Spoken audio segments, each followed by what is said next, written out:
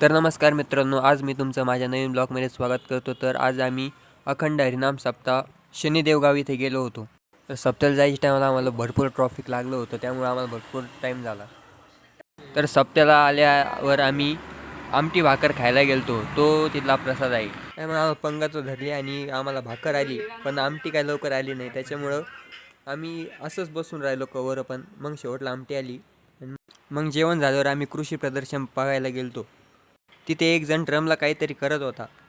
आम्हाला काही कळलं नाही म्हणून आम्ही तिथून निघून गेलो. त्याच्या पुढं खूप सुंदर अशा झाडाची दुकान होती. तर गंगागिरी महाराज सुद्धा प्रदर्शन बघण्यासाठी आले होते. प्रदर्शनामध्ये तेल काढायचे मशीन होते. ते जवसापासून तेल बनवत होते. तर हे दोघं इथं मंचुरियन खात होते. तर शेजारी एक जण कॉटन कॅन्डी बनवत होता. मला कॉटन कॅन्डी खूप आवडते म्हणून मी त्याच्याकडून एक कॉटन कॅन्डी घेतली. तर आम्ही स्वयंपाकगृहाकडे गेलो. तिथे आमटी तयार होत होती. तर सप्त्याची विशेष गोष्ट म्हणजे ही की इथे लाखो भाविक येतात आणि त्यांच्यासाठी आमटी टँकरने नेल्या जाते.